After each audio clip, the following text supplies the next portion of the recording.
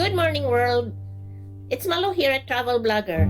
If you love KFC, Kentucky Fried Chicken, just like me, today I'm going to take you to where it all began, in Corbin, Kentucky. So sit back, relax, and enjoy with a chicken joy. Have fun and God bless. Finger looking good. Kentucky Fried Chicken, the birthplace of the Kentucky Fried Chicken. In 1932, Colonel Harland Sanders bought the small restaurant.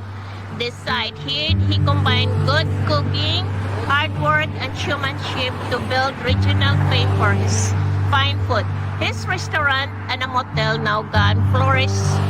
To serve his patrons better, Sanders constantly experimented with new recipes and cooking methods. Here, he created, developed, and perfected his world-famous Kentucky Fried Chicken recipe. In 1956, plans were announced for a federal highway to bypass Corbin. Threatened with the traffic laws, Sanders, then 66, and undaunted, sold the restaurant and started traveling America, selling seasoning and his recipe for fried chicken to other restaurants. His success in this effort began the world's largest commercial food service and system and made Kentucky a household word around the world, presented by the innumerable friends of Kentucky's greatest goodwill ambassador. This is our second visit here at the first KFC ever, the birthplace of the original recipe, here in Corbin, Kentucky. Before he was the colonel, he was a man on a mission that would involve hard work, dedication, and chicken. Where other men would have given up, this man would succeed, making it really a reality. The fruits of his labor, Kentucky Fried Chicken, is named. There he is. There he is. Colonel Sanders, making the colonel proud since 1970.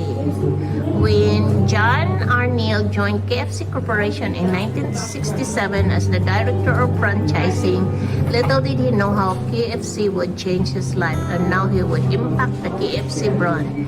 John R. was a history buff and a master of detail, and both traits came in very handy when he acquired the Sanders Café in 1973. While other restaurant chains were tearing down their original location in the name of progress, the Neal family realized the importance of this building and its story.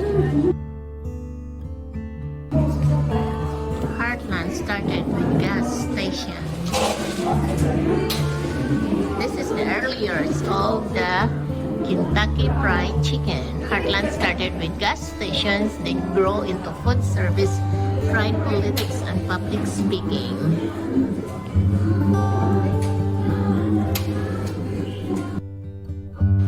From North America.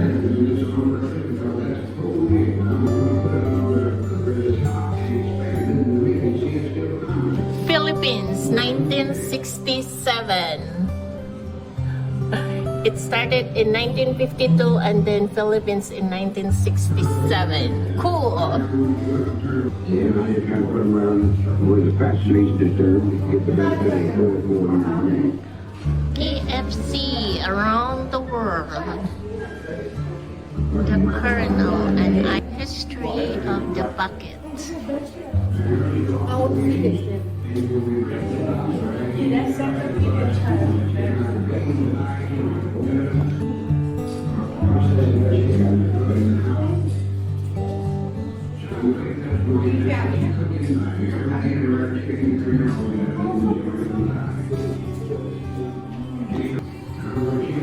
Hello.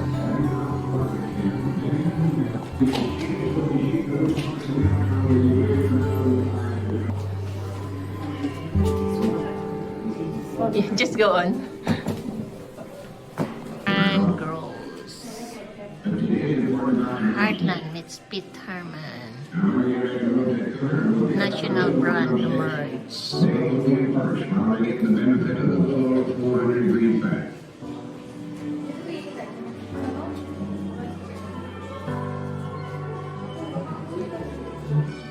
I want you to notice how I put the drumsticks. Put them in first while you get the benefit of the full 400 degrees and hold for at least 30 seconds before you drop them on down into the pack. That sears the breading onto the end of the drumstick where the lean is, and also Open kitchen and white everywhere. Coronel coats. If you have time to lean, you have time to clean. Sitting in a rocker never appealed to me. Golf or fishing isn't as much fun as working. The hard way builds solidly a foundation of confidence that cannot be swept away. 300 clock. You got to like your work. You have got to like what you are doing. You have got to be doing something worthwhile so you can like it, because it is worthwhile that makes a difference, don't you see? 1940s kitchen equipment. Though most of the original equipment was sold at auction, in the 1950s we were able to find almost all of the make and model numbers in the auction flyer. We then searched out sources to get as close to the original as possible. The equipment displayed here is very close approximation of exactly what Harland used. Quote of Colonel Sanders: "There's something inside of me that makes me want to help people, especially people who are having difficulty of some kind." So this is a sample room of the motels before, public telephone and the restrooms. And 1940s site model, Sanders Court. So we visited here for the second time. God will the disposition of a police customer to return to the place where he has been well treated. Yeah, this is our second time because we felt like we are well treated.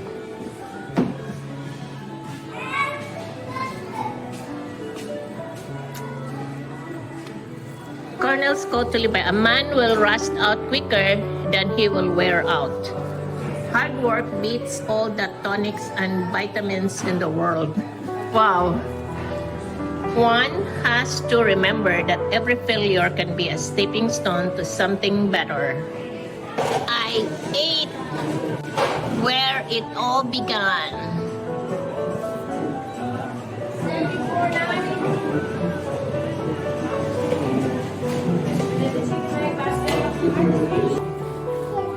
Harland, the marketing genius. Motels had a less than sterling reputation when compared to hotels. Harland knew this and also knew the mother made a decision to where the family spent the night. He put his motel room in the middle of the cafe and made sure the woman had to walk through it to get the restroom. Seeing how nice the rooms were, he felt sure they would decide to stay. Wow. This is the quote of Colonel. I've only had 2 rules. Do all you can and do it the best you can. It's the only way you ever get that feeling of accomplishing